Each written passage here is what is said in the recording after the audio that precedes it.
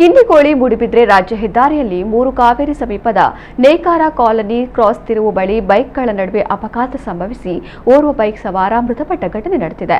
ಮೃತ ಬೈಕ್ ಸವಾರನನ್ನ ನಿಡ್ಡೋಡಿ ಬಂಗೇರ ಪದವು ನಿವಾಸಿ 33 ವರ್ಷದ ಪ್ರಸಾದ್ ಪೂಜಾರಿ ಎಂದು ಗುರುತಿಸಲಾಗಿದೆ. ಬೈಕ್ ಸವಾರ ಕಮ್ಮಾಜಿ ನಿವಾಸಿ ಮಂಜುನಾಥ ಭಟ್ ಎಂಬುವರು ಕಟೀಲು ದೇವಸ್ಥಾನದಲ್ಲಿ ಕೆಲಸ ಮುಗಿಸಿ ತಮ್ಮ ಬೈಕ್ನಲ್ಲಿ ಮನೆ ಕಡೆ ಬರುತ್ತಿದ್ದಾಗ ಹಿಂಭಾಗದಿಂದ ಕಿನ್ನಿಕೋಳಿ ಕಡೆಯಿಂದ ನಿಡ್ಡೋಡಿ ಬಂಗೇರ ಪದವು ಕಡೆಗೆ ಹೋಗುತ್ತಿದ್ದ ಪ್ರಸಾದ್ ಪೂಜಾರಿ ಎಂಬುವರ ಬೈಕ್ ಹಿಂಬದಿಯಿಂದ ಬಂದು ಡಿಕ್ಕಿ ಹೊಡೆದಿದೆ.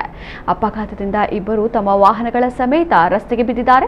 ಸವಾರರಾದ ಮಂಜುನಾಥ ಭಟ್ ಮತ್ತು ಪ್ರಸಾದ್ ಇಬ್ಬರಿಗೂ ಗಂಭೀರ ಗಾಯಗಳಾಗಿದ್ದು ಕಿನ್ನಿಕೋಳಿ ಖಾಸಗಿ ಆಸ್ಪತ್ರೆಯಲ್ಲಿ ಪ್ರಥಮ ಚಿಕಿತ್ಸೆಯನ್ನು ಪಡೆದಿದ್ದಾರೆ.